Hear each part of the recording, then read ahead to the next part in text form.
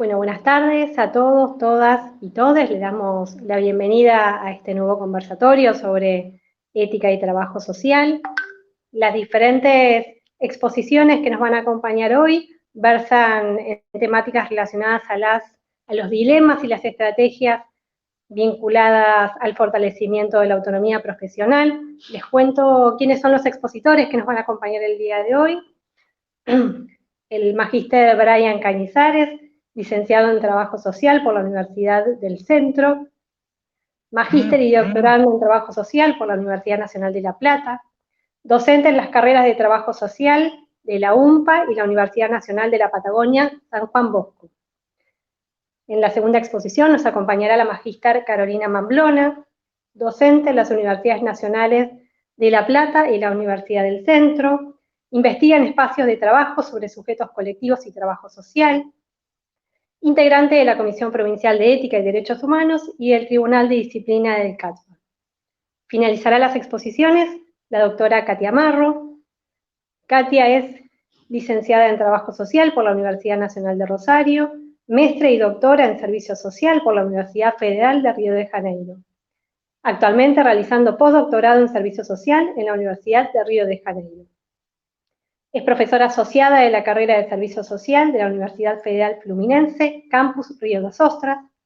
Su área de investigación y extensión se relaciona con las luchas y movimientos sociales de Brasil y América Latina, pensando desde allí las interfaces con el trabajo social.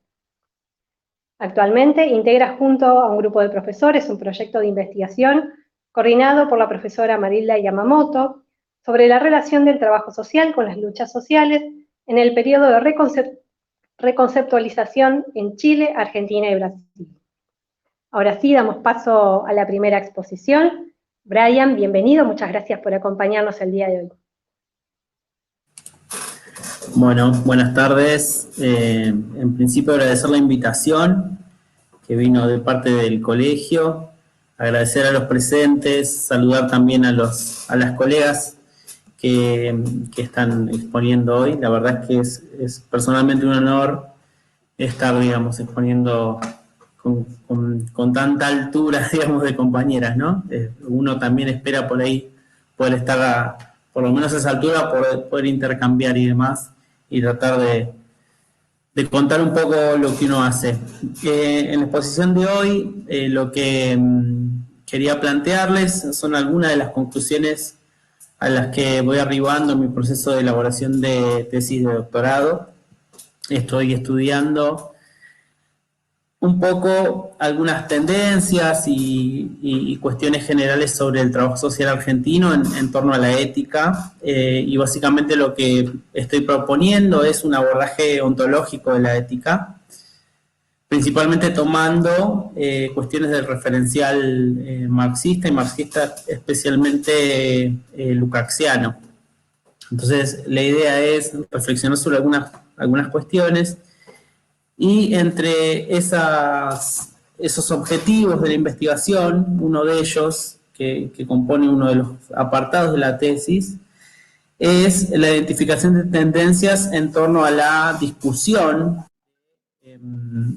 digamos, la discusión que se da en torno a las elaboraciones y escritos, libros, artículos, es decir, todo lo que es producción escrita sobre ética profesional en el campo del trabajo social argentino. Entonces, del análisis de eso, la idea fue ir, digamos, aproximándonos a qué se trata, sobre qué se está dialogando y debatiendo en el trabajo social argentino en torno a la ética profesional. Y básicamente pude identificar tres tendencias, ¿no? Tres tendencias que están marcando como la fisonomía de ese debate. Es un debate muy plural, un debate que está, digamos, tomando diferentes direcciones, diferentes posicionamientos, pero que a partir de la reconstrucción objetiva de esos debates, de esos discursos, los pude clasificar en tres tendencias. Entonces, la idea de hoy es comentarles un poco de qué se tratan esas tendencias y por último cerrar con un comentario de lo que se propone como alternativa o de qué se trataría esto del abordaje ontológico y en qué, digamos, se distanciaría, en qué se aproximaría de alguna de las discusiones vigentes. En principio, debo hablar de que es posible identificar tres tendencias. La primera de ellas, una tendencia reformista institucional en torno a los discursos y en torno a la idea de ética. Una segunda tendencia que califico de crítico historizante, y una tercera tendencia que sería la tendencia subjetivista abstracta. Con respecto a la primera, la tendencia reformista institucional, es una tendencia que tiene, digamos, algunas propuestas que son, si se quiere, un poco más progresivas, o que aportan, digamos, a la elucidación y a la reflexión de algunas cuestiones, pero siempre en el plano están pensando una idea de ética siempre pensada en torno a la reforma institucional, digamos, ¿no? A cómo pensar una ética de la transformación de las instituciones.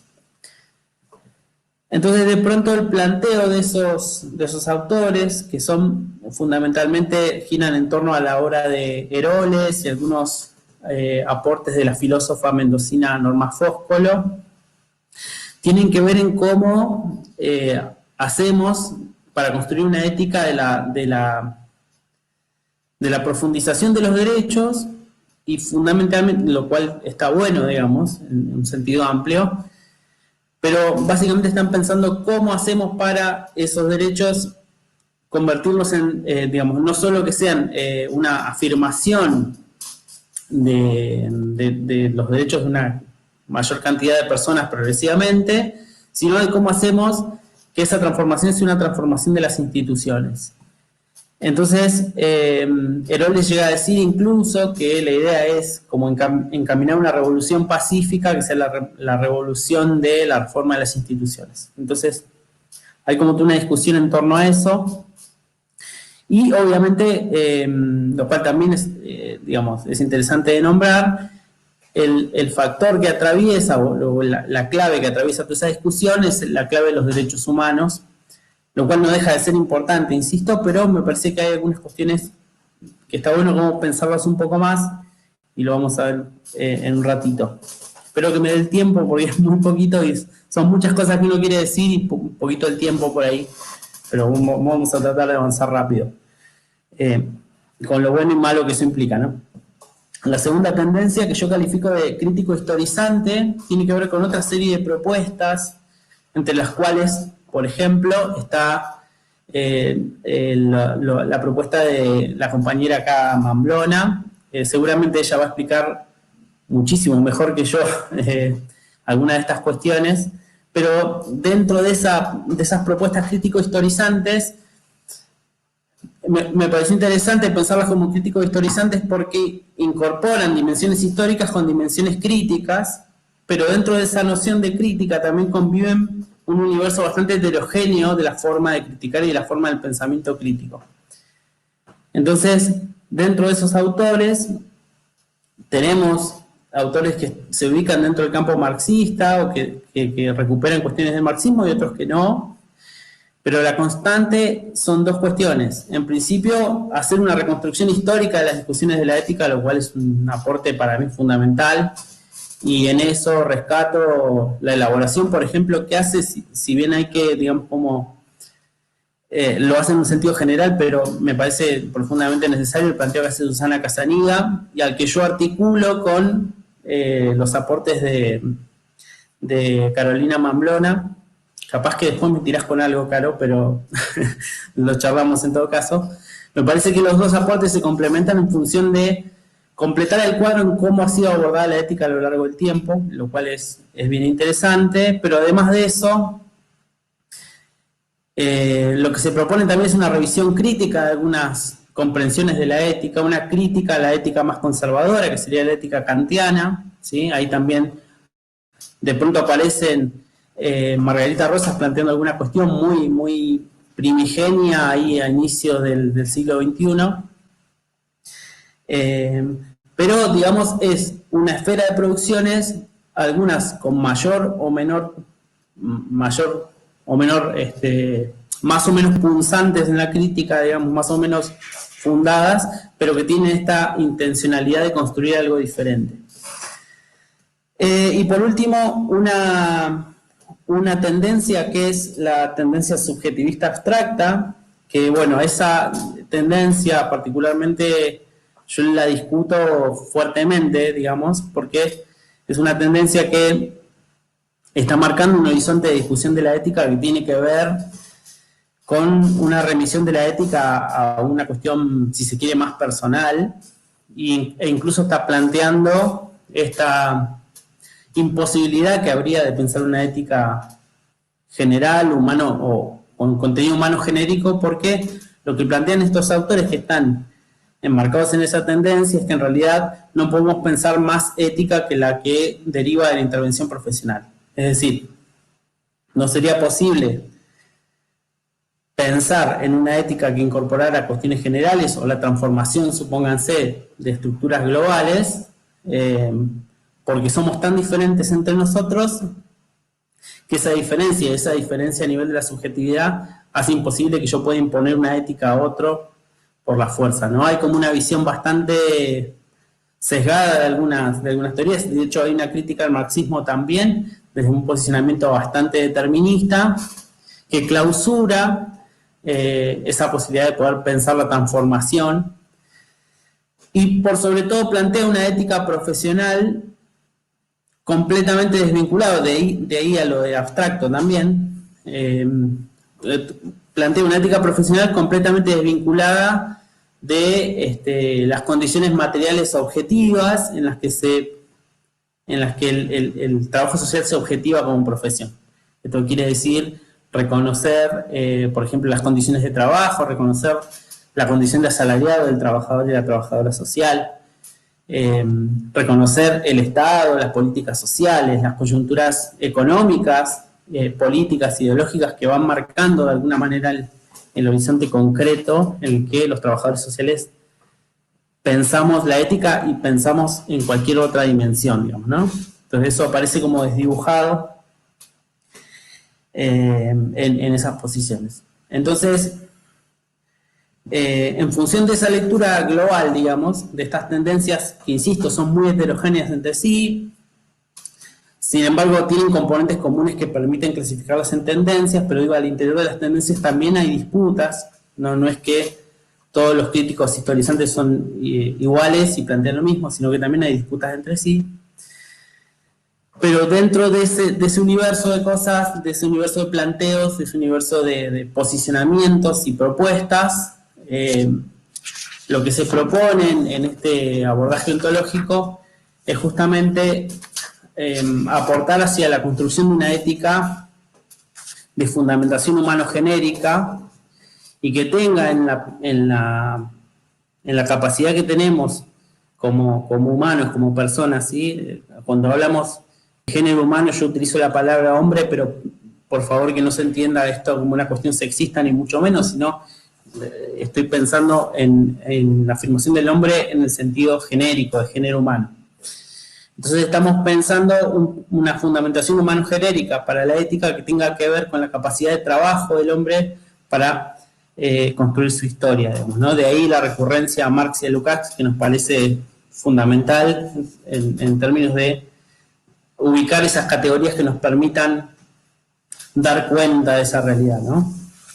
Entonces, lo que se propone como crítica de alguna manera a esas posiciones es, en principio, esperen que veo mi machete acá.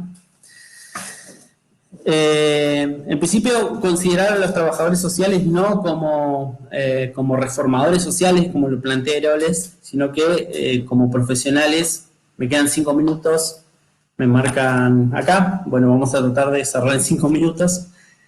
Entonces, lo que en principio planteamos a contramano de las propuestas reformistas institucionales, que los trabajadores sociales no son reformistas, no son esencialmente reformadores, sino que son trabajadores asalariados que intervienen en el marco de la política social, y eso nos implica una serie de desafíos concretos. En segundo, reconocer que esa práctica profesional se da en el marco de una relación de relaciones sociales capitalistas, y eso es fundamental porque eso me hace a situar la ética y situar cualquier tipo de crítica, digamos, ¿no? En segundo, pensar que el potencial que tiene el referencial marxista nos habilita a la crítica dialéctica y nos habilita a pensar la transformación social, la transformación de las estructuras y la posibilidad de que la realidad cambie, no verla como allá como algo inabarcable. En tercer lugar, decir que la propuesta recupera muchas de esas cuestiones que están planteadas en las críticas historizantes, pero fundamentalmente aquellas que tienen que ver con la recuperación de los sujetos colectivos, con la recuperación de la crítica al capitalismo, con la recuperación de las morales que van surgiendo como contradiciendo esa lógica capitalista. Y por último, con esto cierro, discutir fuertemente a esta noción subjetivista abstracta, digamos, que no me permitiría pensar más ética que la que surja de la intervención concreta y nada más. Digo, no es que estemos desconociendo eso, porque es importante reconocer esa práctica profesional y ese sentir subjetivo, obviamente, de los trabajadores sociales. Lo que decimos es que justamente ese proceso subjetivo que se da en las prácticas profesionales se basa, digamos, en todas las determinaciones materiales concretas que están dadas por las relaciones sociales capitalistas y las que nosotros apuntamos a transformar y que creemos fuertemente que pueden y deben ser derribadas. Bueno, es eso por ahora, lo seguimos charlando en todo caso en las preguntas. Muchísimas gracias. Muchas gracias, Brian, por compartir tus experiencias. Les cuento que nos están acompañando alrededor de 300 colegas desde distintos lugares. Les menciono algunos lugares desde donde están dejando sus saludos y mensajes. Desde Moreno, José Cepaz, La Dulce, Tandil, San Miguel, Alejandro Corm, Mar del Plata, Junín, 9 de Julio, Tierra del Fuego, Guatemala, Caleta Olivia, La Plata, Saladillo, La Barría. Son algunos lugares desde donde nos están acompañando y están dejando sus mensajes y saludos hacia los expositores. Ahora sí, pasamos a la segunda exposición. Carolina, bienvenida, muchas gracias por acompañarnos.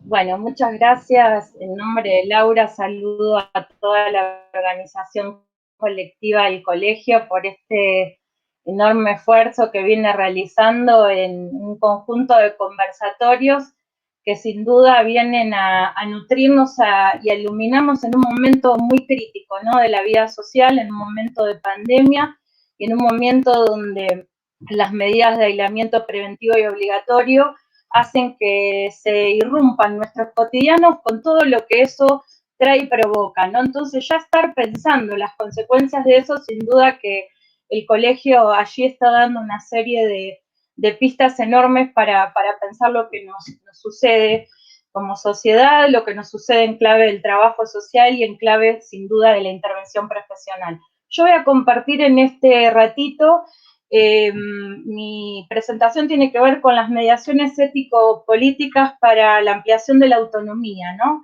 Lo primero que me gustaría recuperar es que en los conversatorios anteriores se vino haciendo una caracterización del capitalismo en su fase contemporánea, un capitalismo que tiene un núcleo en el extractivismo, caracterizado como barbarizante y destructivo. Se habló de ecocidio, de genocidios, de los silencios y la guetización de la vida humana, por nombrar algunas de las cuestiones, pero también en clave de la amplificación de la pobreza y las consecuencias también en la reposición de valores conservadores en trama de la vida de las familias. Si nosotros tradujéramos todo eso que venimos dialogando en los distintos conversatorios en clave de los dilemas ético-políticos, sin duda que lo que sucede, lo primero que nos trae es una interpelación. ¿Cuál es esa interpelación? Algo que venimos reiterando, ¿no? La pandemia pone de manifiesto lo que antes no se veía. Justamente el carácter mundial de la crisis, el carácter de una magnitud de ataque a la vida tan significativo y la suspensión del cotidiano o el cambio del cotidiano a partir de las medidas de aislamiento preventivo y obligatorio, sin duda que pueden constituirse en una vía, como se vino diciendo en los conversatorios anteriores, para poner de manifiesto lo que habitualmente en contextos, ¿no?, de muchas comillas, contextos que se plantean como normales, uno no ve. ¿Y qué es lo que no se ve? Justamente lo que el capitalismo y en su fase contemporánea neoliberal nos invita a disociar, ¿no? Y que la pandemia, algunos discursos mediáticos lo colocan en el centro, pero también la pandemia nos da otras muestras. Por ejemplo, el quiebre entre salud y economía, ¿no? Pensar que son dos esferas separadas, que si se atiende a una, se abandona la otra, que si se privilegia la salud, se desatiende la economía. Y justamente acá hay un núcleo interpretativo del cual me gustaría partir. ¿Cuál es ese núcleo? Si la pandemia pone de manifiesto lo que antes no se veía, la primera cuestión que redunda en una interpelación ética, y cuando hablamos de interpelación ética hablamos de una incomodidad, de una sensación de algo que no cierra, que no lo podemos terminar de analizar, pero que produce toda una sensación hasta corporal de incomodidad. Justamente la pregunta que nos coloca es ¿cómo vamos a dejar de ver lo que empezamos a ver? Y la pandemia nos muestra cómo hay una interrelación entre las esferas que la sociedad nos presenta como dicotómicas y separadas. Nos habla de la organización de la vida en los barrios, nos habla de la sobrevivencia, nos habla de la economía, nos habla de estrategias de solidaridad en el cotidiano, nos habla de otras formas de revisar y construir la salud. Entonces, nos parece que el primer ejercicio que nosotros tenemos que hacer es romper la derrota moral que esta razón instrumental, neoliberal, utilitarista, sustentada en el homos económicos, nos coloca. La primera derrota moral es asumir que el conflicto no nos pertenece. Sacar del medio la idea de conflicto en pos de reponer lógicas de armonía social. La pandemia reactiva todo esto porque sin duda que tiene una lógica de expansión en toda la vida social, al mismo tiempo atraviesa todas las clases sociales y coloca también algo que se viene como diciendo con mucha fuerza, y es cómo también la desigualdad es una pandemia que persiste y se despliega en clave de el conjunto de desigualdades de género, de clase, de etnia y de raza, ¿no? Entonces, el primer movimiento es cómo asumir que nosotros vivimos en una sociedad donde el conflicto es constitutivo. Si asumimos eso, es un primer camino para asumir que la política no es una política de otros, una política de los de arriba, sino que es una política del conjunto de quienes habitamos y quienes somos parte de la vida social. Si reconocemos que el conflicto es parte, podemos reconocer los antagonismos. Y si reconocemos los antagonismos presentes en la vida social, recién ahí podemos establecer una estrategia. Fíjense todos los movimientos que nos invitamos a hacer. Ahí aparece como nuevas lógicas que hay que reubicar. Siempre se nos presenta la ética por un lado y la política por otro, ¿no? Como si fueran dos esferas dicotomizadas. Y nosotros decimos, una ética sin política se vuelve, una ética sin política se vuelve una suerte de moralismo abstracto, el que Brian hacía mención. ¿Por qué? Porque es un imperativo categórico de una suerte de valores a ser cumplidos que no se sabe de dónde salieron. En general van a ser los valores hegemónicos. Y el caso inverso, una política, sin ética se vuelve el pragmatismo puro, se vuelve una razón instrumentalizable sobre todas las cosas. Entonces ahí hay otra dimensión a reunir, restituir la política para el terreno del nosotros. Ahora vamos a ver quiénes somos ese nosotros. Luego, no separar y no desvincular ética de política.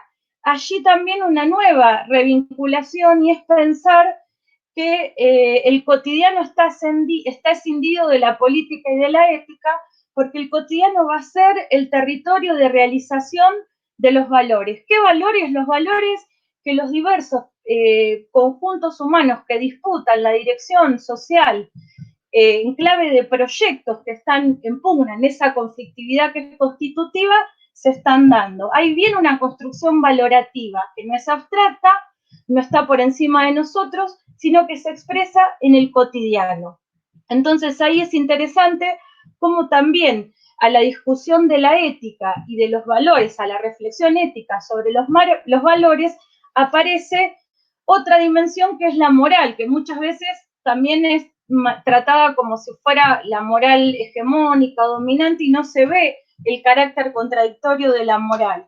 Y es interesante ahí pensar la moral como objeto de reflexión ética, pero también la moral como el territorio de concreción del conjunto de principios y valores y normas que los consensos socialmente alcanzados en una sociedad van viviendo. ¿Qué quiero decir con esto? Que en el territorio de la vida cotidiana se enfrentan valores que los colectivos humanos, que en esta sociabilidad son colectivos fundamentalmente atravesados por la clase, por el género, por las construcciones racializadas y por las cuestiones étnicas, es decir, van a ser atravesadas por el conjunto de las subalternidades a las que el capitalismo impone en la vida social.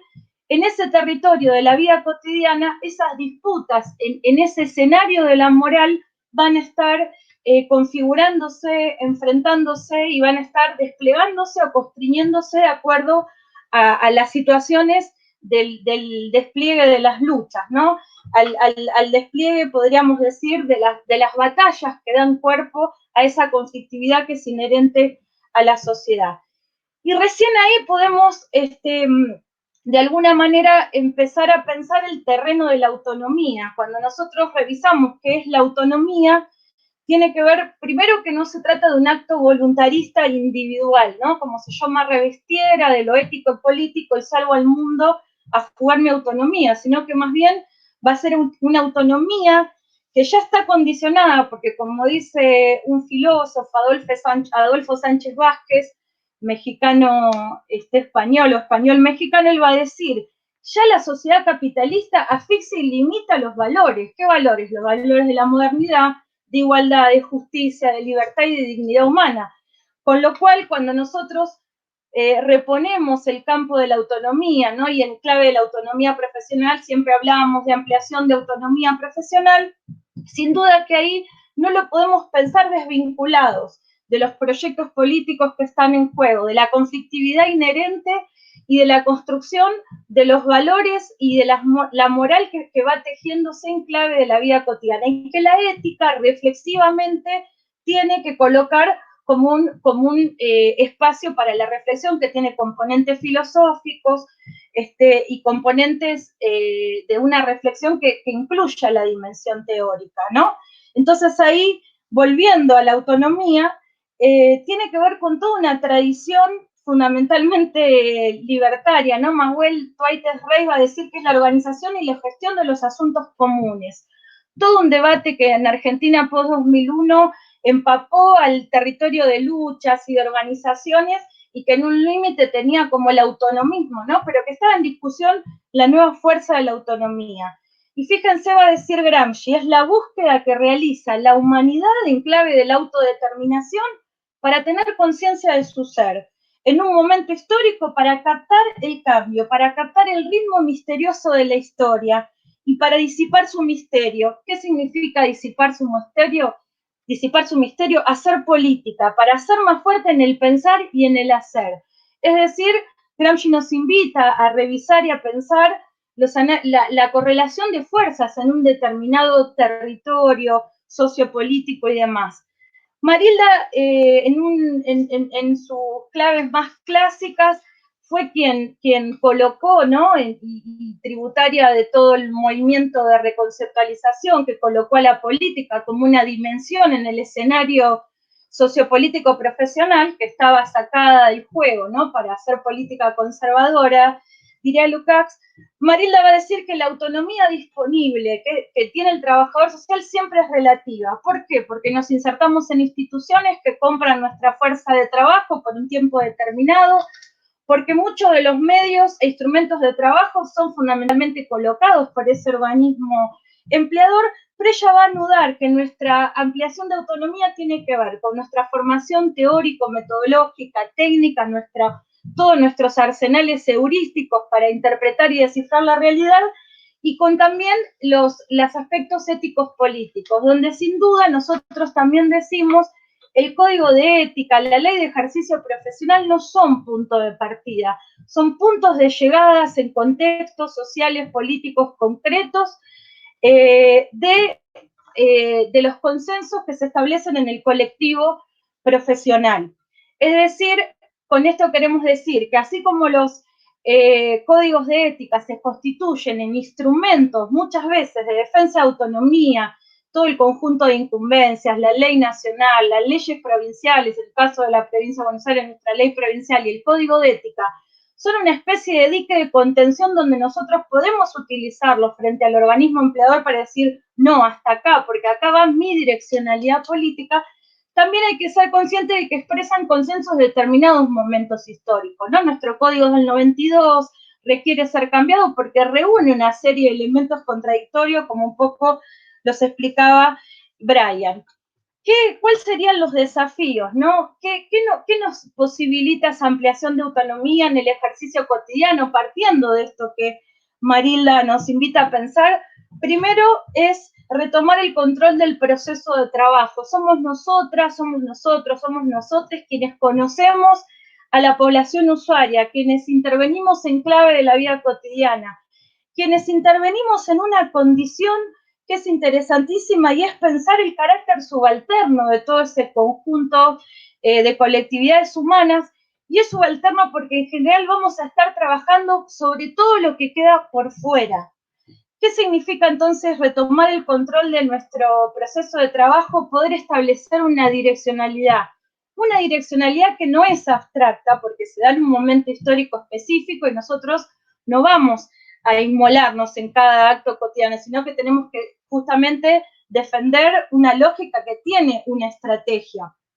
Pero sin duda, en ese carácter subalterno radica algo que restituye el conflicto inherente a la sociedad, es que nosotros siempre trabajamos con la población que queda por fuera que queda por fuera de prestaciones, de políticas sociales, una población a la que se le impone focalización y muchos requerimientos burocráticos. Entonces es interesante porque restituir la dimensión de la política en clave de retomar el control del proceso de trabajo tiene que enfrentar tres componentes fundamentales que Petruccelli nos invita a pensar respecto de la burocracia. Es decir, la burocracia en clave de la participación, porque nosotros promovemos también la colectivización de demandas que implica que los usuarios disputen la lógica de la distribución de recursos. Es lo que hace el conjunto de movimientos y sujetos colectivos dando batallas ahora, aún en clave de la pandemia. ¿Qué significa enfrentar la burocracia? Enfrentar ese conjunto que se diferencia del todo, ¿no?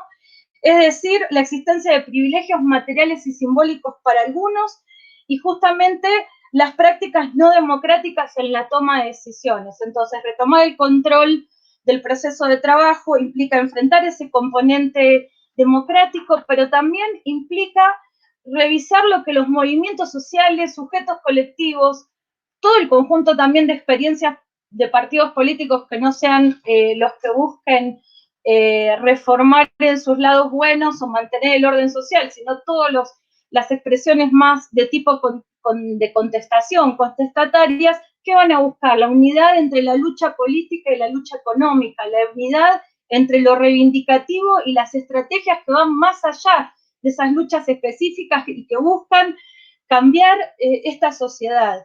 Y además, nosotros también participamos al intervenir en la vida cotidiana en clave de ese escenario donde se reproduce el sentido común, y por eso es interesante resituar batallas culturales que nos permitan irradiar, sin una lógica hegemonista, irradiar otro tipo de prácticas sociales. ¿Qué prácticas sociales? Las que un conjunto de militantes nos han invitado a pensar, ¿no?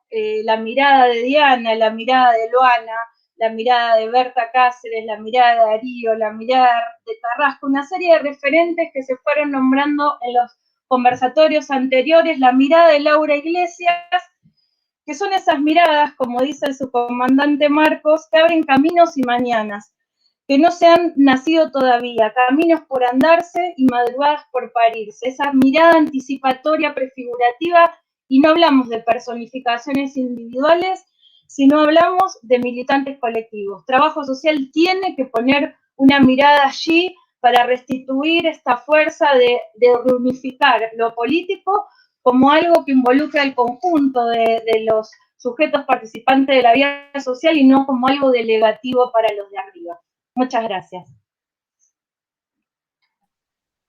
Muchas gracias, Caro, por invitarnos a continuar reflexionando sobre la práctica vinculada a la ética.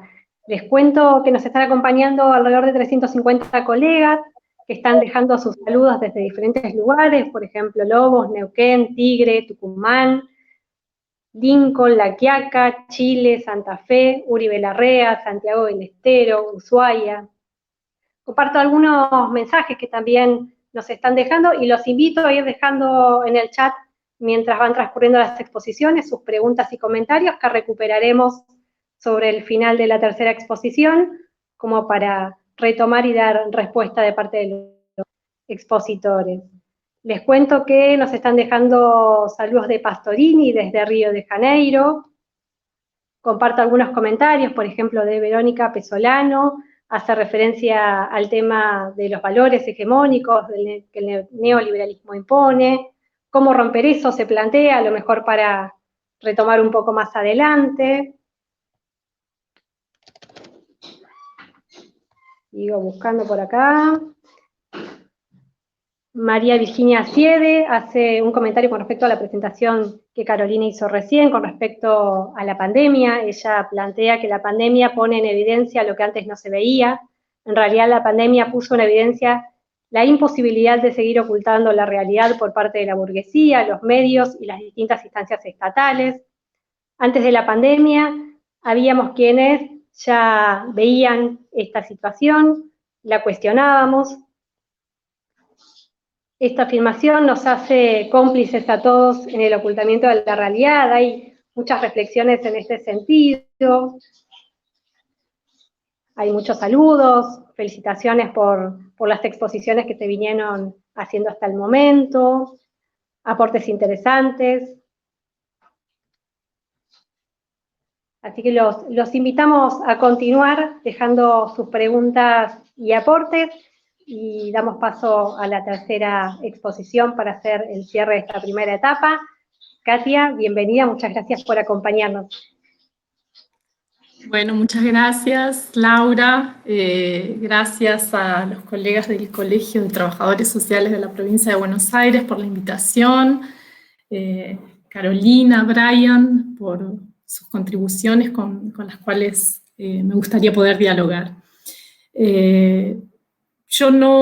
La ética no es mi tema de estudio, pero me parece que es importante esta invitación a discutir ética y autonomía profesional, y mi propuesta es más hacerlo un poco de donde Caro terminó su exposición, que es de pensar la autonomía profesional teniendo como referencia las luchas sociales, que es un poco mi área de interés, mi área de actuación profesional y de investigación. Creo que es una pregunta muy cara y muy importante esta de preguntarnos cómo resguardamos nuestro compromiso ético profesional, cómo resguardamos los valores profesionales que nos orientan en un contexto de crisis capitalista como la que enfrentamos, como la que vamos a enfrentar en el escenario post-pandemia, que se configura también como una crisis civilizatoria, y en esto aparece también la cuestión de los valores muy fuerte. Toda crisis capitalista va a impacta en nuestras condiciones de trabajo, y nuestras condiciones de trabajo más precarias muchas veces funcionan como márgenes más estrechos para pensar nuestra autonomía profesional, y también como una suerte de radicalización de las demandas profesionales que nos llegan. Entonces, este ejercicio de pensar la ética y la autonomía profesional en un contexto como este me parece extremadamente urgente y necesario. Y decíamos también que es una crisis capitalista que también tiene una cara de crisis civilizatoria. Y aquí creo que las feministas nos han ayudado mucho a pensar cómo, estoy pensando en Angela Davis, estoy pensando también en Simone de Beauvoir, que fueron muy acertadas a la hora de pensar cómo toda crisis capitalista, en la medida en que implica una tentativa de mantener la supremacía por parte de las clases dominantes, cómo esto trae aparejado la reafirmación de una serie de valores que son extremadamente retrógrados. Entonces, no es por casualidad que las crisis capitalistas vienen siempre acompañadas de dosis de misoginia, de racismo, de discursos de odio de los más variados. Brasil es una clara expresión de ese tipo de coyuntura que se puede afirmar en un escenario de crisis, pero también versiones menos rabiosas, vamos a decir así, que permean discursos sobre la pobreza, sobre el trabajo, sobre la desocupación, sobre la familia, que pueden estar cargados de moralismo. Caro traía un poco estas cuestiones, o de otros elementos opresivos más sutiles, idearios del propio resquicio del ideario neoliberal y que van a merecer mucho nuestra atención, ¿no? Esto que puede parecer abstracto no es porque, así como lo trabajaban mis compañeros que me precedieron, la ética no depende tanto de las elecciones, o por lo menos la concepción de ética con la cual nos identificamos, no depende tanto de las elecciones individuales que los profesionales hacen en el día a día, aunque haya un soporte individual fundamental, y sí de grandes compromisos colectivos e históricos que la profesión se coloca en determinados momentos, en determinadas coyunturas. Entonces es la pregunta por cuáles son los valores, cuáles son las referencias, cuáles son los compromisos que estamos asumiendo. Hablar en ética significa eso. Una ética profesional tiene que ver con los compromisos que una profesión asume frente a una sociedad en determinado momento histórico. Por tanto, tiene que ver con esto que Brian traía de los valores humanos genéricos, ¿no? Y por tanto una cierta superación de las dimensiones o de las elecciones meramente individuales, aunque éstas sean un soporte ineliminable y fundamental también. Entonces, la pregunta es, ¿qué valores, cuáles son las elecciones de valor que haremos, que estamos haciendo en este contexto de crisis capitalista, que ya estaba colocado, que ya venía colocado, pero que evidentemente con la pandemia adquiere probablemente una dimensión, en fin, mucho más grave.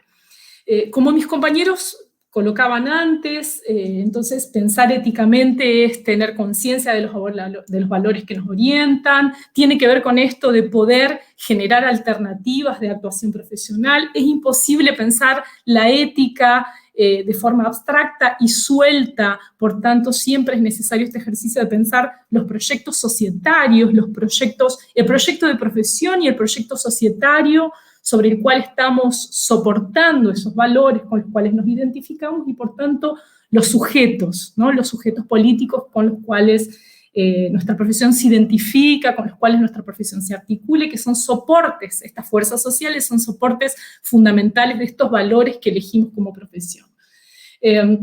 Me parece que un elemento fundamental para pensar en cómo ejercitamos nuestra autonomía profesional tiene que ver con recordar que no hay una relación inmediata entre la demanda puesta por el órgano empleador y mi actuación profesional. El día que esta relación sea inmediata, estamos de alguna forma alienándonos, estamos de alguna forma abriendo mano de pensar en la necesidad de generar un espacio, una mediación. Y la ética es también, no es el único, pero es uno de los elementos fundamentales en nuestra cajita de herramientas para que esta relación no sea inmediata. La demanda que el empleador me pone, la demanda del mercado de trabajo y mi actuación profesional, nuestra actuación profesional. Hay un largo camino, y los trabajadores sociales lo tenemos muy claro eso, entre la existencia de una necesidad social, la existencia de desigualdades sociales, de trazos de la opresión y aquello que configura nuestra demanda profesional. Ahí hay un largo camino atravesado por disputas, por, en fin, una correlación de fuerzas, nuestra profesión jugando también en ese escenario, pero este es un largo camino en el cual nosotros tenemos que pensar nuestras mediaciones profesionales. Y para mí una pregunta que es muy cara, y siempre intento colocármela y ejercitar esa pregunta, es ¿Cuál es la orientación política de la política social? Creo que esta es una pregunta fundamental. La política social es una de las grandes determinaciones que configura el escenario donde se construye nuestra demanda profesional, y me parece que pensar cuál es la orientación política de la política social es una primera pregunta para abrir esta cuestión de la autonomía profesional o de los elementos y los horizontes en donde se construye nuestra autonomía profesional. Claro que digo esto desde una realidad como la brasilera, que es una realidad claramente en las antípodas de la situación en la cual está Argentina. Claramente aquí hay en curso un proyecto neofascista con una política económica ultra neoliberal, y está en curso el desmonte de lo poco y de lo problemático que había conseguido construirse en los últimos 10, 15 años en materia de políticas sociales. Entonces hablo de una realidad que es bastante diferente. Pero me parece que también hay que pensar que hay una serie de límites estructurales que están puestos hoy en las políticas sociales. Caro mencionaba algunas que tienen que ver con esta dinámica del padrón primario exportador, que es una máquina de generar desigualdades, y por tanto las políticas sociales tienen márgenes de actuación, tienen ahí la correlación de fuerzas, pero hay límites que son estructurales, y los gobiernos, con sus opciones políticas diferenciadas, claramente, pero proyectan políticas sociales en este contexto. Los organismos internacionales de financiamiento, el Banco Mundial es un ejemplo claro, tienen un modelo de políticas sociales que muchas veces los gobiernos acatan, inclusive sin las debidas mediaciones. Entonces, yo trabajo mucho con la idea de que prevalecen en los últimos, por lo menos en los últimos 20 años, y eso está asociado mucho, esa idea de los programas de transferencia de ingresos que salen de la cocina del Banco Mundial, son programas trabajados que vienen reproduciendo mucho esa lógica de apaciguamiento de los conflictos sociales, de construcción de una paz social, que tiene que ver mucho con esa lógica de contrainsurgencia y está articulado a escenarios de militarización social, con todas las debidas mediaciones que tenemos que hacer, pero ahí es fundamental no solo poder analizar lo que está en la formulación de la política social, sus presupuestos, pero también las relaciones con las raíces de la dinámica que provoca la desigualdad, porque también no sirve de mucho o es una gran contradicción apoyar programas o proyectos de soberanía alimentaria y al mismo tiempo financiar al agronegocio. Si financio políticas sociales o políticas alimentarias que quieren impactar en el hambre, me tengo que preguntar también qué es lo que está en la raíz de la generación del hambre. Entonces, estas son contradicciones que atraviesan a todos los gobiernos. Hay gobiernos claramente neofascistas que van a trabajar con una clara lógica de contrainsurgencia, y hay gobiernos progresistas con otros valores que abren otro campo de posibilidades en las instituciones en las que trabajamos. Pero esta es una pregunta fundamental, la orientación política de la política social, y me parece que esto abre el debate sobre la autonomía. Y otra cuestión que me parece central, y ahí entra la cuestión de las luchas sociales, es que pensar en la autonomía implica siempre un trabajo de reelaboración de la demanda profesional que nos llega, que es una reelaboración en términos que funciona en los planos éticos, teóricos, políticos, técnicos, para volver a nombrar esta demanda, para definir otras demandas emergentes, para redefinir mandatos institucionales, nomenclaturas, los nombres. Muchas veces adquirimos automáticamente los nombres que nos proponen, los conceptos que las políticas sociales nos proponen, y no necesariamente esos conceptos traducen la realidad. Muchas veces esos conceptos esconden la realidad, mistifican la realidad, apaciguan la realidad. Entonces, este trabajo de volver a nombrar, de definir otras metodologías, otros procedimientos, otras rutinas institucionales, forma parte de este ejercicio de ensanchar la autonomía profesional, que es fundamental. Y aquí, fundamental, pensar en las luchas. Para mí siempre ese es mi parámetro, ¿no? No es el único, sin duda no es el único, porque la ética debe ser, y nuestros compromisos profesionales deben ser respaldados jurídicamente, políticamente, teóricamente, o sea, ahí hay una serie de mediaciones que son fundamentales, pero las luchas sociales son siempre un parámetro importante para pensar esta actuación profesional y este ensanchamiento de las bases de la autonomía profesional. Y siempre me gusta pensar que son referencias en este sentido, tanto para la reflexión cuanto para el ejercicio profesional. Primero porque son una condición para afirmar y materializar los valores más universales de nuestra profesión, en la medida en que las luchas cimientan el suelo histórico de estos valores. Defendemos la igualdad, defendemos la justicia social, defendemos los derechos humanos, y estos son valores que nacen al calor de las luchas. Entonces, es una primera relación y referencia en el cual, a la hora de pensar en nuestra autonomía y nuestros valores, las luchas son fundamentales. También me gusta mucho pensar esta idea de que los movimientos y las luchas por derechos, sobre todo, pero no solo, están en la base de configuración de nuestra demanda profesional y de las políticas sociales, por más que esta relación no aparezca visible. La gran mayoría de las veces, los trabajadores sociales tenemos un contacto con la política social y ella está silenciada, vamos a decir así, o desconectada de sus vínculos con los conflictos, con los momentos incómodos, con los antagonismos que están por detrás de aquello que formuló la política social. De ahí el ejercicio de reconectar esto que aparece invisibilizado muchas veces. Por eso me parece que se desprende de aquí otra premisa que para mí es muy importante en el trabajo profesional, que es la articulación política. Carolina traía algunas cuestiones sobre esto, la articulación política fundamental con los usuarios de las políticas sociales. Y aquí es importantísimo en esto de devolver luz a este vínculo entre nuestro trabajo, las demandas que nos llegan y los procesos de lucha que están por detrás, pensar que las luchas sociales politizan siempre el enfrentamiento de las desigualdades sociales, producen lecturas y respuestas colectivas a las desigualdades sociales. Esto me parece fundamental.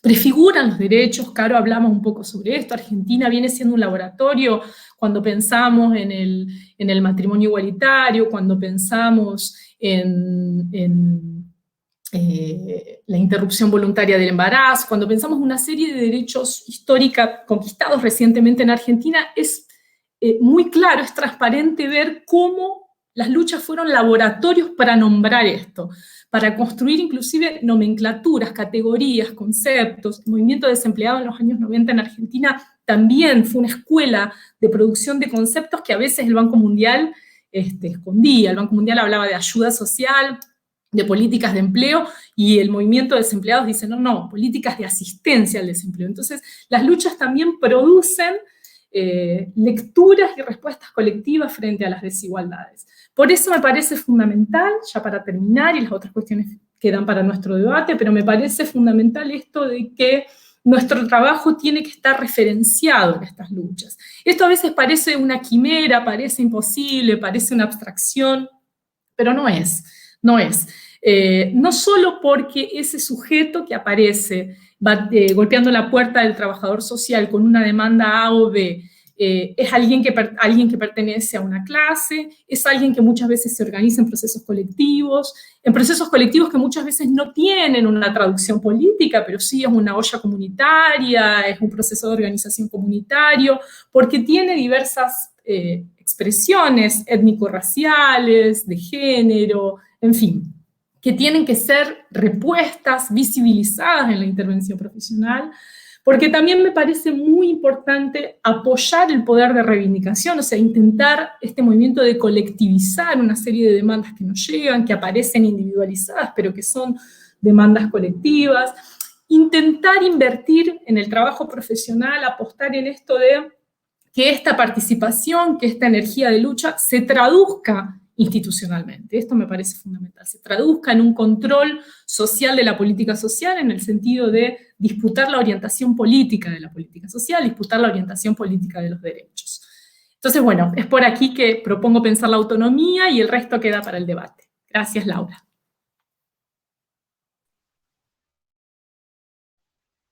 Muchas gracias, Katia, muy enriquecedores todos tus aportes para seguir repensando la práctica vinculada a la ética. Te cuento que hay muchísimos comentarios que están valorando tu presentación, así que te lo queríamos hacer llegar.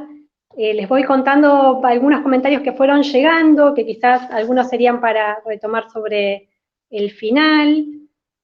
estamos cerca de los 400 espectadores. Les voy leyendo algunos de los comentarios, quizás después se puedan volver a retomar. Hacen referencia a los aportes interesantes. Plantean que desde que comenzó el tema de la pandemia, los sistemas de salud dieron cuenta de una lentitud en la resolución de los problemas que se fueron agudizando con una mirada biomédica, dejando a los trabajadores sociales reducidos solo a la función administrativa. Otros comentarios hacen referencia a la dimensión socioeducativa de nuestra intervención, hacen referencia a que ahí tenemos la vía de trabajo en lo cotidiano. Otro de los comentarios hace referencia quizás a repensar los planes de estudio y si esto está contemplado dentro de la formación, si sería necesario incorporarlo o al menos ponerlo en clave de discusión. Estos son algunos de los comentarios que van compartiendo los colegas durante el chat. Si les parece, pasamos a la instancia de las preguntas, como para retomar algunas de las preguntas que fueron acercando los colegas. Hay algunas que son puntuales, que tienen que ver con profundizar algunos aspectos de las exposiciones. Brian, por ejemplo, te transmito una pregunta que hace referencia a cuáles son las razones de la heterogeneidad de las tendencias, de las 3 tendencias éticas que planteaste. Bien. Respecto de eso, la heterogeneidad viene dada por varios aspectos, digamos, ¿no? En principio hay en torno a las diferentes tendencias, en principio diferencias, por ejemplo, en los fundamentos de la ética, ¿no? Hay quienes se encuentran, como yo decía, en el caso de las éticas que tienen que ver, la tendencia que piensa la ética desde lo subjetivo, abstracto, tiene que ver con disposiciones personales, con la ética que se deriva solamente de la intervención, no solamente de la vivencia subjetiva, si se quiere, de las personas. Entonces, es decir, cómo las personas van, digamos, ecuacionando y objetivando sentimientos y pensamientos y formas de sentir y vivir, cómo eso, cuando atraviesa la práctica profesional, va construyendo valores, y eso sería como el sustento de la ética, ¿no? Eso tenemos por un lado. Por otro lado tenemos los planteos que tienen que ver un poco con lo que exponían las compañeras, es decir, los valores que se derivan de los procesos de lucha, los procesos de articulación política, del reconocimiento y el encuentro y el diálogo con los sujetos colectivos, los sujetos que irrumpen en el espacio público. Entonces, por mencionar solo eso, otros que, sobre todo en el caso de los reformistas institucionales, donde piensan la ética desde básicamente los derechos humanos y los derechos. Digo, ahí hay una primera gran diferencia en el sustento de esa ética. Pero después otra cosa que los diferencia también son el sujeto, digamos, de la ética, o el sujeto de la historia incluso, ¿no? Hay quienes reconocen justamente ese sujeto como los derechos en sí, hay otros que ponen ese sujeto sobre, en el caso de la ética profesional, los trabajadores sociales en sí, y hay otros que ponen ese acento en la ética en la afirmación del género humano. Entonces, hay como muchos componentes que van marcando esa diferencia, pero insisto, es muy difícil hacer como una división taxativa de todos los posicionamientos, porque incluso dentro de los posicionamientos, por ejemplo, reformistas institucionales, hay planteos críticos igual. Un ejemplo de eso es, por ejemplo, con ciertas limitaciones y con ciertas cuestiones a considerar, el planteo de Norma Fóscolo.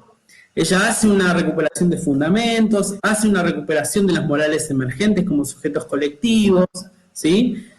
Pero a su vez tiene también como un ocultamiento del sujeto, un ocultamiento y un ataque directo a los aportes del marxismo. Entonces, hay como diferentes aristas en esos posicionamientos, pero básicamente tienen que ver con eso, dónde ubican los fundamentos de la ética y dónde ubican el horizonte de esos planteos éticos igual, en la transformación de las instituciones y en la transformación de la sociedad. Bueno, eso deriva diferentes tipos de respuestas.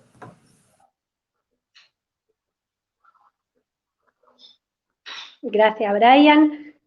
Carolina, compartimos 2 preguntas. Una hace referencia a cuáles son los límites y posibilidades de los códigos de ética profesional y sus implicancias en los procesos de formación profesional. Y la otra lo que pide es si podés ampliar un poco con respecto al planteo de los procesos democratizantes.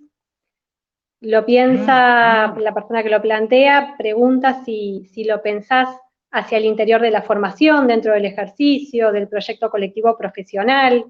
¿Cómo estás pensando los procesos democratizantes?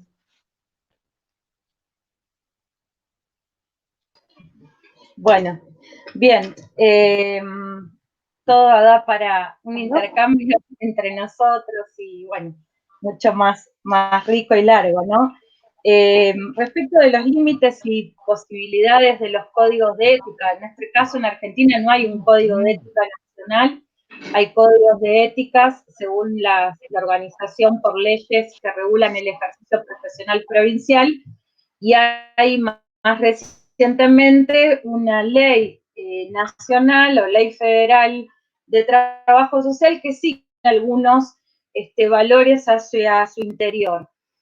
Creo que el primer problema que nos encontramos acá, y que esto es como muy tributario del colectivo profesional argentino, y es que se escogen valores como si esos valores tuvieran una definición unívoca y fueran de carácter universal. Y se elude la disputa teórico-política, teórico-práctica, por qué se entiende por democracia, por derechos humanos, por libertad, etcétera, ¿no? Cualquiera de los instrumentos que nosotros analicemos parte de nombrar los valores, pero no definirlos. Ahí ya hay un problema, porque justamente los coloca como en una lógica abstracta, es decir, sin capacidad de incidencia práctica. Aunque también, contradictoriamente, podemos pensar que al no estar definidos sus contenidos, también los colectivos de trabajadores sociales, porque nosotros, como un poco recuperaba Katia, no planteamos que la ética es una dimensión individual, sino se lleva a cabo, se expresa en nuestra singularidad, pero forma parte de construcciones sociales amplias. O sea, si no, sería una lógica relativista para pensar la ética, ¿no? Y más bien la pensamos en clave de los diversos proyectos societales que están en disputa y que contienen dinámicas teórico-políticas en sus enfrentamientos. Entonces, desde ahí, varios problemas. Hay instrumentos legales, pero las definiciones son ambiguas.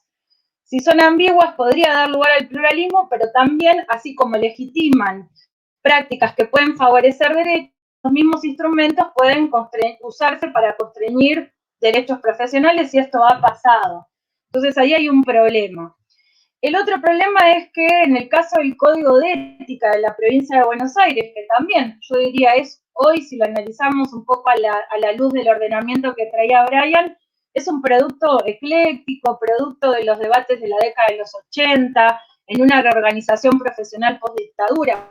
Tiene toda una serie de procesos que condensa, formas de nominar al conjunto de usuarios, bueno, cómo recoloca algunos debates en clave de valores, pero bueno, es un instrumento que también nosotros lo podemos usar, como decíamos hoy, como un dique de contención para limitar agravios, ataques, sobre todo en los organismos empleadores en cuanto a derechos profesionales, pero también a derechos del conjunto de usuarios. Ahí me gustaría situar que también en la formación es un área, o sea, hasta la década del 70 hubieron materias donde se ética, eso es toda una polémica en sí misma, porque es asumir que la ética queda reducida a la materia, y esa es una visión que a veces podría traer algunos problemas, pero lo real es que en una serie de reformas de los 90, de los 2000, de diversos programas de estudios de las distintas carreras, la colocan a la ética en una dimensión transversal. Entonces, transversalmente abarca las materias, las prácticas, las áreas de fundamentos, las áreas de trabajo social. Y nosotros decimos que cuando no se explicita algo, se la está excluyendo de alguna manera, es una dimensión que no está trabajada en sus fundamentos filosóficos y teóricos, y es una dimensión que si no adquiere un lugar en el plano, ¿no?, la formación, cuando uno ve un plan de estudios, tiene un plano, es como un plano de una casa. Si no está ubicada en el lugar, no está. Si está arrojada afuera al vacío, eso no es casualidad. Es una intención también de todas las reformas colocadas al calor de la reforma educativa neoliberal que sufrió la Universidad Argentina, y donde el componente ético-político, ya por el solo hecho de colarlo, contiene siempre la pregunta, contiene la potencia radical de la interrogación. Y si contiene esa potencia radical, contiene la posibilidad de asirse, de retomar esa dimensión que se la quiere fuera, ¿no? Entonces es un poco complicado porque no hay claridad en los programas de estudio. Con esto no quiere decir que las cátedras no debaten en clave ético-política, seguramente, y sobre todo el conjunto de cátedras que enseñan y que forman parte de los procesos vinculados a las prácticas de formación profesional, es un debate ineludible. Pero cuando uno mira plano, no está, y eso no es una omisión por acaso, solo llamar la atención sobre eso.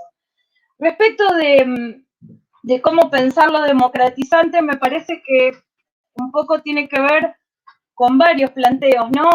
Hay un texto de Jorgelina Matusevicius que habla de la colectivización de las demandas en un libro del colegio, porque un poco como recuperaba Katia, las demandas son colectivas, pero en clave de los procesamientos de las políticas sociales y de las instituciones tienen que aparecer individualizadas, tienen que aparecer desvinculadas de la dinámica económica, política y social que las origina, y por eso netos que son deseconomizadas y son despolitizadas, pero que cuando se dan, y hay varios ejemplos en Argentina que tienen que ver con la articulación de trabajo social con las luchas sociales, procesos de colectivización, muchas veces esos procesos de colectivización tienen un componente democratizador en lo que sería la lógica por la disputa de recursos, muchas veces materiales, pero también simbólicos en las instituciones. Y ahí también viene el debate sobre la democratización. Las instituciones tienen una serie de mecanismos burocráticos muy bien pensados para el estado social de su seno, digamos, son, y sobre todo, no ahora que un poco salían algunas preguntas vinculadas a salud también. Justamente son instituciones edificadas en la lógica de dejar el conflicto afuera, apaciguado, lejos, y que la institución no respire conflictividad, que no respire claves populares de organizaciones de las dinámicas colectivas bajo otros parámetros. Entonces, nosotros tenemos que repensar como todo el arco que nos traen esas experiencias colectivas. Y solo para terminar, ¿no? Hoy hay un nuevo paro internacional de los trabajadores de las app, ¿no? De todos los trabajadores de plataforma. Fíjense cómo muchas veces, y es ahí donde nosotros tenemos que tener un ojo, así como otro ojo la institución, porque si no la desciframos, como dice Guerra, la institución nos devora, pero el ojo puesto en la sociedad civil, como dice Marilda también, que siempre ha sido secundarizada, análisis, nos volvemos especialistas de las políticas sociales, pero no discutimos qué está aconteciendo en este mismo momento. Traigo el ejemplo de los trabajadores en la SAP, porque un trabajador más desvinculado de su proceso de trabajo, donde lo invitan a ser héroe en la pandemia, no el héroe de los repartos sin recursos de bioseguridad, sino que los invitan a ser sus propios autoempleadores en la lógica que están proponiendo para, en general, para colectivos migrantes, para colectivos de jóvenes, para muchas mujeres pobres, ese tipo de trabajos. Y sin embargo, hoy hacen un tercer paro internacional en lo que va de la pandemia. Eso muestra que siempre las posibilidades de lo político amplían, generan, imaginan sobre las condiciones materiales la posibilidad de enfrentar el antagonismo, ¿no? Aunque la patronal lo quiera sacar. Y quería terminar con tres frases, ¿no? Que me resonaron mucho en estos tiempos para pensar esto de la autonomía. Rosa Parks, una negra que se subió a un colectivo y que osó sentarse en la década del 50, dijo: solo quiero que me recuerden como una persona que solo quería ser libre. Fíjense cómo la libertad, ¿no? Un valor que no se consagra para todos en condiciones de igualdad. O, como recuperaba Katia, la lucha por el aborto, ¿no? El aborto clandestino asesina la libertad de las mujeres. Y fíjense ahí cómo en Argentina todavía no es legal pero toda la ampliación de la moral, el impacto en una nueva moralidad construida en la vida cotidiana, en la trama de las generaciones que luchamos para legalizar ese derecho incumplido, hace que hoy se pueda hablar de aborto, aún todavía no siendo un derecho conquistado en lo formal, ¿no? Entonces ahí está la trama de cómo los colectivos, los sujetos colectivos van incidiendo en un cambio en el mismo momento, aún en un tiempo de capitalismo hegemónico, heteropatriarcal, destructivo y barbarizante, ¿no? Y lo último, que bueno, la recorre el colectivo chileno de diversos movimientos sociales que en este despertar o en este ver que nos invitábamos a pensar, nos quitaron tanto que acaban de quitarnos el miedo, ¿no? Aún en esas condiciones es posible abrir una brecha, abrir un impasse, abrir un espacio para retomar la política clave de un hacer, de una construcción de sociedad de las y los y les conjunto de los y les de abajo. Muchas gracias. Muchas gracias, Caro. No sé si Katia, Brian quieren sumar algo más con respecto a los procesos de democratización y las experiencias colectivas.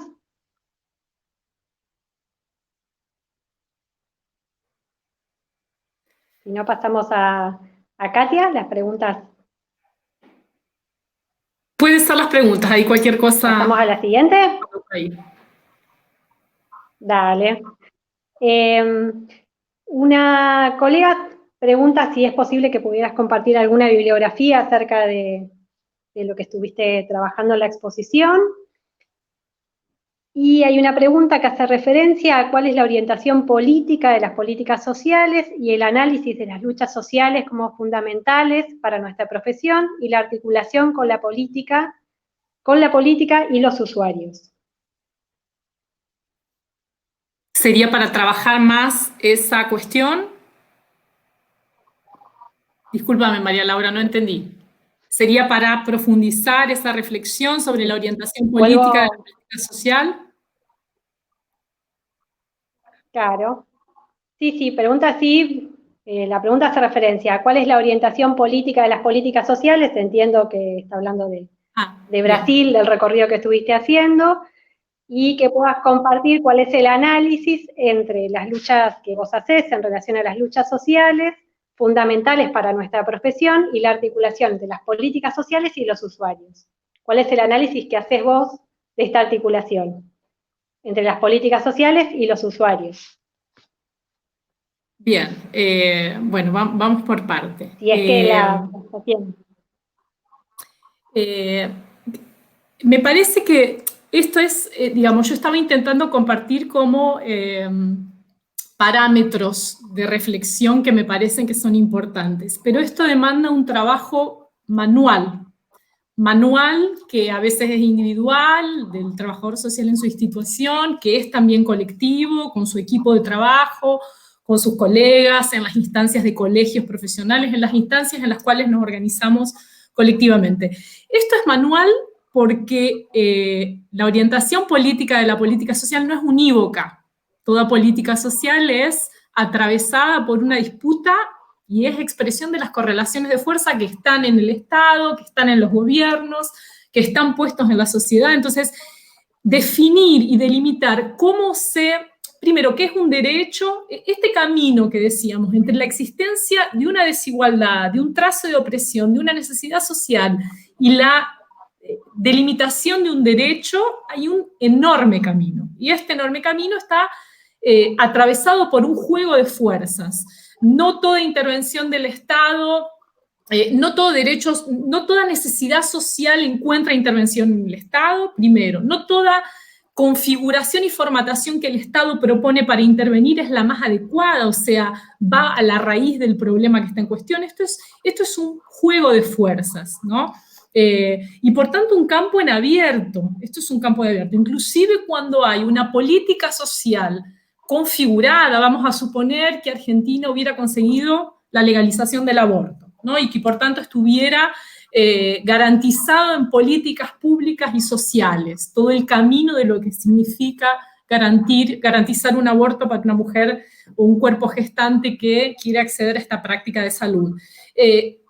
Mismo formulada, hay un juego de fuerzas en su propio proceso de implementación, porque vamos a encontrar profesionales conservadores que van a trabajar para descaracterizar ese derecho, porque vamos a encontrar interpretaciones diferenciadas de lo que es un derecho social. Entonces, esto es un juego de fuerzas, ¿no? Esto no está dado cuando digo el significado político de la política social, implica su formulación, sin duda, o sea, los términos en cómo esa necesidad social está siendo reconocida. Esto no es poco, no significa, para dar un ejemplo, no significa intervenir frente al desempleo con la lógica de una política de empleo, con la lógica de una política de asistencia al desempleo. Son dos lógicas de formulación de políticas sociales frente al mismo problema radicalmente diferenciadas. Entonces, la formulación de la política social es importantísima, pero también todo el proceso de disputa en torno a la implementación. Entonces, cuando digo,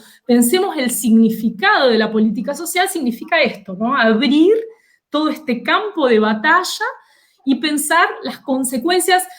Los autores clásicos de la política social nos ayudan siempre a pensar que la política social tiene un significado económico, básicamente vinculado con sus impactos en la reproducción material de la fuerza de trabajo, pero también tiene un significado político, que tiene que ver con los valores, las disputas político-ideológicas que se enmarcan en los procesos de construcción de hegemonía social y que las políticas sociales forman parte. Entonces, en realidad la propuesta es abrir este campo que va desde la formulación hasta el proceso de implementación, que no es unívoco, que no tiene una única dirección, es una correlación de fuerzas, y ahí creo que los trabajadores sociales, los equipos en los cuales participamos en las instituciones, los colegios profesionales, tenemos que jugar para disputar esa dirección social de la política social, orientado y en sintonía con los valores que defendemos como profesión. Y ahí, no sé, María Laura, si ya tendríamos que ir cerrando o vamos a tener otra rodada. La idea es que ya cerremos o tendremos otra rodada. 3 preguntas, un comentario y 2 preguntas que las pueden responder los 3. Bien, entonces paso la palabra y cualquier cosa en la última rodada cierro con cuestiones en relación a consensos éticos que me parece que tenemos que trabajar y construir en este escenario. Genial. Les leo el comentario y las 2 preguntas y ustedes van viendo cómo las responden. Una pregunta hace referencia a cuáles son los desafíos éticos que nos plantea el contexto del COVID en el marco del trabajo social.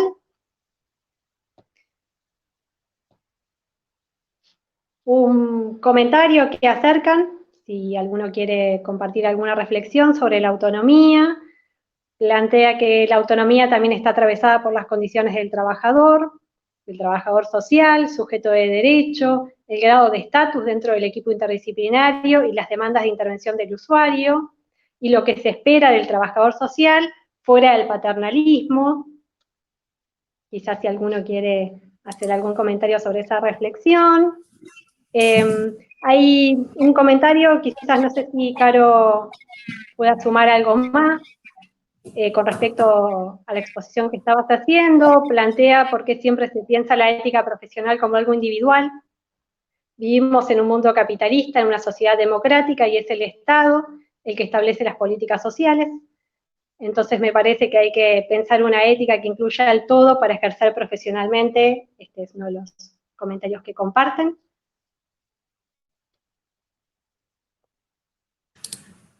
Bien. ¿Quiere agregar alguna reflexión?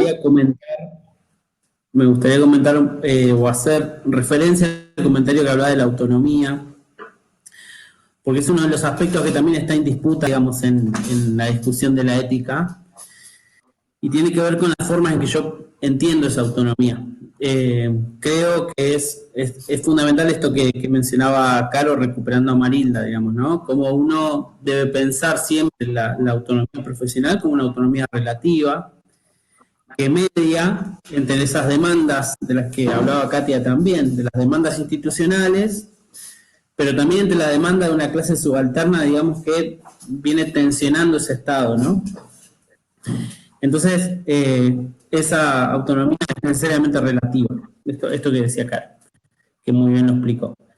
Pero de otra parte, digamos, también se fundamenta una visión de la autonomía en torno de las discusiones de la ética, que tiene que ver con esta autonomía como capacidad de elección, ¿no?, del trabajador social, como si fuese una capacidad de elección completamente libre, y ahí me parece que se juegan dos visiones diferentes de la ética, ¿no?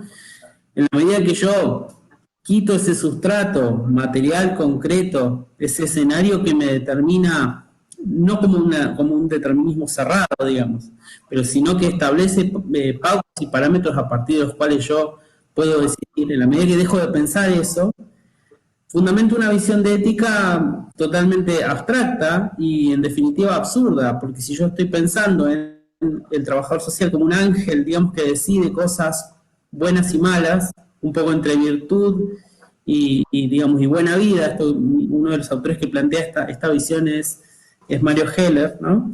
Esta cuestión de pensar entre lo bueno, entre la virtud y lo bueno, como si fuesen decisiones que pasan solamente por una cuestión personal, cuando en realidad la ética se trata justamente, o el posicionamiento ético con fundamentación ontológica que tratamos de fundamentar, es pensar esa autonomía siempre en función de las demandas del otro y las demandas del Estado. Digamos. Yo en esa posición también se juega no solamente el posicionamiento personal, sino mi diálogo con sujetos colectivos, mi participación en las asociaciones profesionales, en los espacios públicos profesionales, digamos, donde se juega justamente proyectos profesionales, donde se juegan ideas de ética, ideas de política.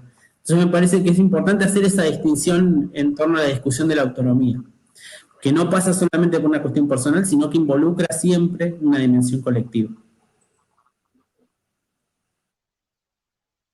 Gracias, Brian. ¿Caro? ¿Algún aporte, comentario en relación a estas tres preguntas? Voy a tratar de recorrer estas tres preguntas, lo de la autonomía por un lado y los desafíos éticos en el contexto COVID. Respecto de la autonomía, sí es interesante, ¿no? Por una cuestión de tiempo también uno va poniendo énfasis en algunos aspectos, es un tema en sí mismo, pero es correcto la observación respecto de vincularla a una doble tracción, que es la posibilidad de ampliación o restricción de autonomía en cuanto a cómo se interactúan las condiciones objetivas y subjetivas de los profesionales. Paso a decir, cómo los profesionales oponen conciencia y voluntad a las condiciones objetivas, institucionales, laborales en las que se insertan. Y bueno, hay todo un camino, ¿no? Hasta hace muchos años el colegio era un territorio impensado para hablar de condiciones laborales. Ahora no solo se habla, se estudia, se interviene, hay pronunciamientos, hay intervención concreta frente a despidos junto con gremios y demás. Hay una articulación en la praxis política del colegio que eso era impensable hace apenas 10 años atrás, ¿no? Y hoy los desafíos es, bueno, esa vuelta de intervenir en condiciones laborales también incluimos la ética, que es una dimensión olvidada no por acaso, como decíamos antes. Pero es interesante porque, otra vez, siempre para pensar la autonomía hay que estar pensando la dinámica de la vida social, articulan a esos proyectos societales más amplios. Por eso siempre es un ejercicio complejo el que las trabajadores sociales tenemos que hacer, porque es todo esto, ¿no? Y me parece que hay los diversos sujetos colectivos que demandan al Estado pre-pandemia, durante la pandemia y post-pandemia, donde el escenario de crisis, desocupación y precarización ya sabemos que va a ser mucho más amplio y de mayor magnitud. Me parece que ahí los movimientos sociales tienen un desafío y es no limitar sus construcciones a la estatalidad. Si solo sus construcciones se finalizan, se resuelven en clave de su inserción estatal, de esas demandas, bueno, el carácter más radical, emancipatorio, va a quedar por lo menos momentáneamente suspenso, ¿no? Nunca en un movimiento social hay una hay algo que esté escrito para siempre, porque también sus dinámicas, sus procesos organizativos son móviles, de acuerdo a sus, a sus estrategias, como hablábamos hoy. Entonces, me parece que si los movimientos sociales tienen el desafío de no limitar las construcciones a la estatalidad, las y los trabajadores sociales tenemos también de alguna manera el desafío sobre el Estado. Y bueno, hay un compañero, filósofo, amigo, creo que más que filósofo, politólogo, que es Hernando Ubiña, que él dice, el Estado puede ser combatido o reformado, pero nunca ignorado, ¿no? Y me parece que muchas veces también las y los trabajadores sociales asumimos una estatalidad en nuestros cuerpos, ¿no? Y las compañeras del patronato invitaban a revisar eso con su denuncia, que las políticas sociales no sean nuestros cuerpos, en esa lógica de sentido común de que todos somos el Estado por asumir una intervención en lo público, una confusión que tiene consecuencias teóricas, políticas, prácticas importantes en el colectivo profesional y que hay que de alguna manera desmontar, desarmar. Y me da pie para pensar los desafíos ante el COVID, ¿no? Dos problemas que aparecieron frente a las demandas a las y los trabajadores sociales del COVID. La primera de ellas es el discurso heroico. Bueno, hay que colaborar, hay que sumarse, porque acá ponemos todos, ni siquiera los más ricos están disponibles para poner el 1% de su riqueza, y ese impuesto todavía no logra salir ni discutirse en Argentina, pero sin embargo hay una llamada, una colaboración de clases como si estuviéramos todos en una condición de igualdad. Y junto con el discurso heroico, el otro problema que trae es que nos desvincula de nuestro lugar del trabajadoras y trabajadores. Entonces nos expone, y además expone a la población usuaria, porque en general es un discurso que apela a llamarnos a esa colaboración desvinculada de nuestros medios e instrumentos de trabajo, ¿no? Todos los elementos de bioseguridad pueden no estar porque hay una apelación moralista a ser héroes. Junto con eso se reponen, y ya hay varios programas estatales, por lo menos en la provincia de Buenos Aires, que se organizan con la lógica de voluntarios. Es decir, llaman de voluntarios a complementar la acción de los trabajadores heroicos. Y sobre eso tenemos que llamar la atención, porque atrás de eso se esconden todo, no solo una despersonalización para el trabajo social, sino una descalificación de los procesos de trabajo, una lógica voluntarista que es muy compatible con todo el arsenal heurístico neoliberal, ¿no? Y por ella cierro diciendo esto, que se hablaba, ¿no? El futuro está abierto, nosotros no sabemos qué va a suceder en las disputas entre los sectores subalternos y el capital, el gran capital, ¿no? Sin duda sí de lo que ya conocemos, y ahí tendríamos una ventaja, y Katia lo recuperaba trayendo la experiencia de lo que viven en Brasil, es que ya sabemos lo que trae aparejado el ajuste, la desocupación masiva y la precarización en otros niveles crecientes. Va a ser acompañada por racismo, homofobia, misoginia, odio de clases, odio de género, todos los odios de los cuales nadie nace, sino que se construyen socialmente, ¿no?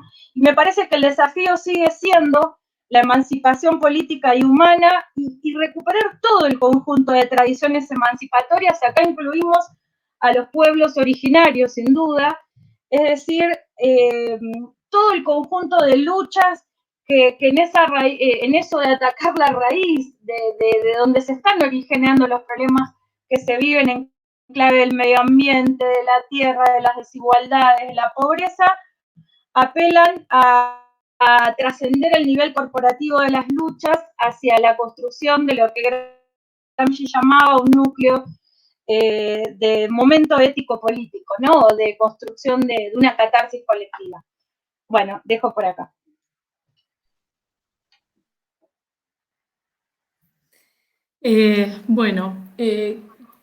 Quería dialogar un poco con la pregunta en relación a los desafíos éticos que el COVID, que es una pregunta amplia, pero bueno, alguna cuestión en relación a eso. Creo que en nuestras tres exposiciones aparece mucho esto de que el escenario post-pandemia es un escenario que promete una crisis capitalista que será económica, que será social, que será ambiental, que será política. Esto está puesto, esto ya estaba puesto en la dinámica de los capitalismos, sobre todo en nuestros capitalismos de aquí de América Latina, que tenemos ese lugar tan trágico de reprimarización de nuestras economías, etc. Eso ya estaba puesto y eso tiende a agravarse. Y toda crisis capitalista siempre implica que vienen por nuestros derechos sociales y vienen por un ajuste sobre el trabajo. Esta es una tendencia estructural que estará puesta y contra la cual tendremos que luchar en el plano de la dimensión colectiva como trabajadores y también como profesionales en el día a día. Esto, Caro recordaba la huelga de los trabajadores de los AP. Un trabajador decía aquí, en una entrevista decía, trabajamos con el estómago vacío, tenemos hambre y cargamos la comida en nuestras espaldas. Esta es una contradicción que enumera, que muestra, que desnuda cómo esto de que es uno el que produce la comida, es otro el que la transporta, es otro el que la vende por internet y el trabajador que le entrega, digamos, sus necesidades como alimentación, nadie se hace cargo. Esto está puesto, esto estará puesto, esos trabajadores de app son los que vienen a las instituciones para insertarse en un programa de asistencia social. Esta es una demanda que va a estar puesta y que va a estar radicalizada. Yo creo que dos desafíos que para mí son centrales, tal vez de forma más urgente aquí en Brasil, pero que me parece que también están presentes en Argentina. El primero es, frente a esa amenaza, el capitalismo, la crisis capitalista vendrá sobre los derechos sociales y ahí los gobiernos son mediaciones diferentes en Brasil y en Argentina. Pero la primera cuestión es, frente a esa ofensiva, frente a los derechos sociales, apostar en una cultura de valorización de los derechos sociales que cale hondo en las mayorías sociales.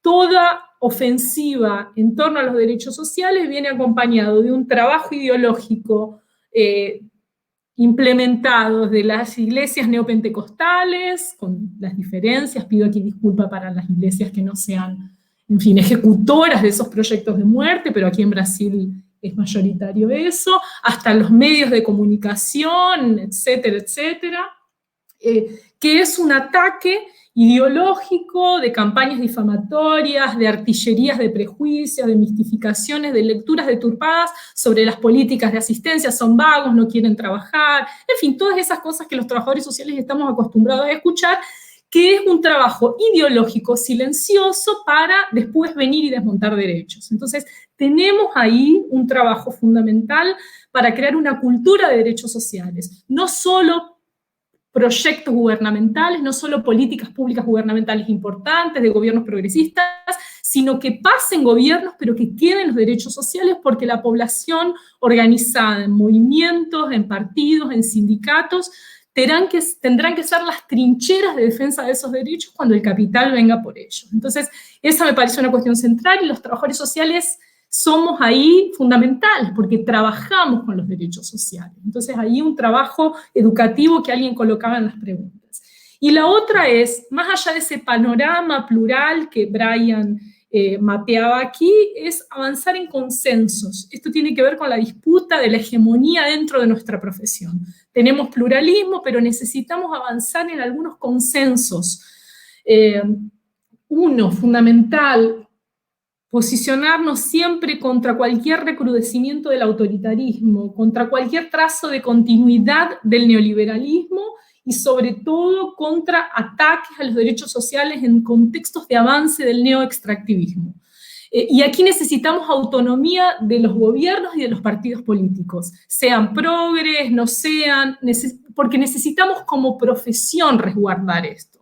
Esto es el suelo histórico de donde nacen nuestros valores, nuestras referencias éticas, aquellas que tienen que funcionar cotidianamente en nuestro trabajo, en las instituciones. Entonces, esto lo tenemos que resguardar como trabajadores, como trabajadores que nos organizamos en colegios profesionales o en las diversas instancias en las cuales nos identificamos, pero también en el día a día de nuestro trabajo profesional. Entonces, podemos tener tendencias diferentes, pero tenemos que defender dentro de la profesión consensos mínimos, vamos a decir así, consensos mínimos que nos coloquen en este lugar para defender, o por lo menos cuando caiga todo, estar del lado de aquellos que defendemos los derechos sociales como parte de esa emancipación política de la cual Caro hablaba, que sin duda nuestro horizonte es de que esta emancipación política se traduzca como una emancipación humana, pero esto implica un largo camino. Gracias por la invitación y un gusto estar aquí.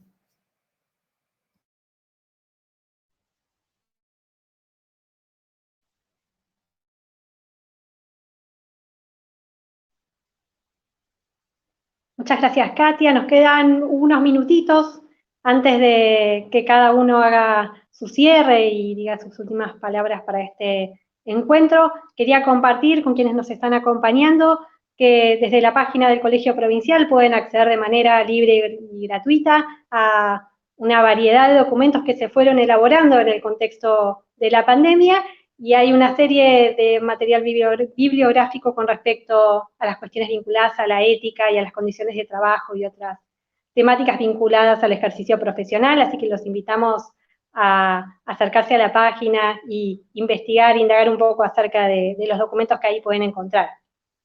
Ahora sí, Brian, te doy paso para hacer tu cierre. Bien.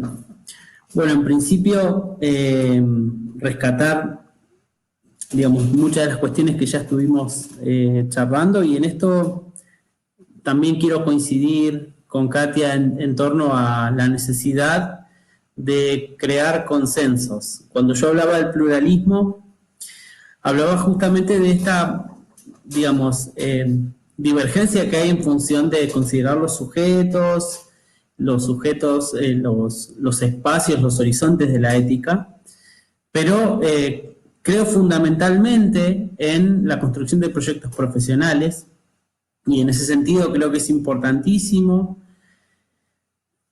en principio, sí, establecer y construir a esta cultura, digamos, de los derechos, ¿no? A esta, digamos, malla que va a resistir de alguna manera el desmantelamiento de derechos que viene con la crisis capitalista, que es un poco lo que se mencionaba ahí en los comentarios, digamos, de esta crisis que ya estaba desde antes de la pandemia, ¿no? Que se recrudece de alguna manera, pero que ya estaba marcando de alguna manera una tendencia de avance sobre las conquistas de las clases trabajadoras. Eso es importantísimo, pero por otro también me parece importantísimo poder construir estos proyectos profesionales, y para eso me parece que el espacio de los colegios profesionales y de las asociaciones profesionales es fundamental. En ese sentido, dos cuestiones. Particularmente y puntualmente celebro la invitación y la propuesta llevada adelante por el Colegio de Trabajadores Sociales de Buenos Aires en torno a la organización de espacios como estos. Y por otro lado, me parece importantísimo también hacer un llamamiento, digamos, una promoción, un aliento a los compañeros y todos quienes objetivamos el colectivo profesional, y en esto no solamente incluyo a los trabajadores sociales quienes estamos en ejercicio, somos docentes o participamos en algún espacio, sino también a los estudiantes, también, digamos, a las asociaciones profesionales, incluso que tengan que ver con las decisiones en torno a planes de estudios. Entonces, me parece que a las agrupaciones políticas, me parece que, obviamente siempre ligadas al trabajo social, me parece que el desafío es poder ponernos de acuerdo y construir proyectos que apunten a ese fortalecimiento del componente ético, no solamente como plasmar un código de ética. Y en esto también es importante, digamos, diferenciar. No estoy dando por tierra con el código de ética, no es que por asumir un posicionamiento ontológico se, digamos, divorcie eso de la posibilidad y la capacidad de construir un código deontológico donde estén, digamos, signados y consignadas normas y valores y demás, sino que apuntar a que eso no sea un fin en sí mismo, sino que podamos discutir esos valores que están presentes ahí, que den cuenta de un proyecto profesional emancipador, de un proyecto profesional que dé cuenta de las moralidades emergentes, que dé cuenta de los sujetos colectivos que están irrumpiendo en el espacio público, del movimiento de mujeres, del movimiento de disidencias sexuales, de los pueblos originarios, de los movimientos de trabajadores y trabajadoras desocupadas. Me parece que en la medida que podamos articular esos movimientos, que podamos articular las diferentes voces del trabajo social en torno a la construcción de un proyecto profesional, habremos avanzado a la construcción de un posicionamiento ético que si no final, que si no absoluto, que si no aplicable a todas las situaciones, por lo menos va a ser genuino en términos de avance de la profesión. Simplemente eso y agradecer nuevamente las exposiciones de las compañeras y la invitación. Muchas gracias. Muchas gracias, Brian. Doy el paso a Carolina para hacer su cierre. Bueno, muchísimas gracias por la invitación al intercambio entre nosotros y todos los participantes, todo el colectivo profesional que se suma a esta charla con sus preguntas y comentarios. También reafirmar la invitación que nos hacía pensar Katia, y es eso de establecer consensos mínimos, pero con esa salvedad de establecer autonomía de los gobiernos y partidos políticos, por lo menos los partidos que defienden el orden social, pero es fundamental también esa autonomía porque es algo que nosotros debatimos mucho en el colectivo profesional de la provincia de Buenos Aires, partiendo de que va a haber un pluralismo y que va a haber pertenencias. El deber del colegio tiene que ver con asumir que estas consecuencias post-pandemia que va a vivir el conjunto de las y los trabajadores nos afectan a nosotros como clase trabajadora, con lo cual vamos a tener que enfrentar más niveles de desocupabilidad y de llamados y apelaciones voluntaristas en el colectivo profesional, esté el gobierno que esté. Tenemos que enfrentar también de políticas sociales de calidad que, como decía Katia, recuperen derechos para las clases subalternas y que por lo pronto se recuperen niveles de vida humana dignas. Y el tercer elemento es las condiciones de vida. Entonces, para hacer toda esa múltiple defensa necesitamos la autonomía como un espacio para resguardarnos y no colocarnos en una afinidad. Entonces, porque está el gobierno tal, no podemos hablar de precarización o no podemos hablar de lesiones a las condiciones de vida de las clases subalternas. La voz del colegio tiene que seguir siendo una voz crítica hasta que esos procesos emancipatorios no solo sean políticos, sino sean humanos. Muchas gracias. Muchas gracias, Caro. Katia, te doy paso para tu cierre. Quería solo, alguien preguntó por alguna bibliografía. Carolina y Jorgelina Mateusevicius organizaron un libro donde publiqué un artículo, y hay varios artículos interesantes que creo que trabajan en esta dirección de lo que discutimos un poco aquí. Entonces, referencia a ese libro de la editora Puca, si no me engaño, de Tandil. Tal vez Caro después puede dar las orientaciones. Y agradecer por este intercambio, por esta presencia. Un abrazo a todos que nos escuchan. Muchas gracias, Katia. Muchas gracias a los tres expositores por compartir sus experiencias y recorridos en relación a la ética y el trabajo social. Muchas gracias a todos los colegas que nos estuvieron acompañando del otro lado. Invitarlos a volver a reencontrarnos el próximo miércoles en un nuevo conversatorio que va a tratar sobre la precarización de los procesos de vida y los procesos de intervención. Muchas gracias. Gracias a todos.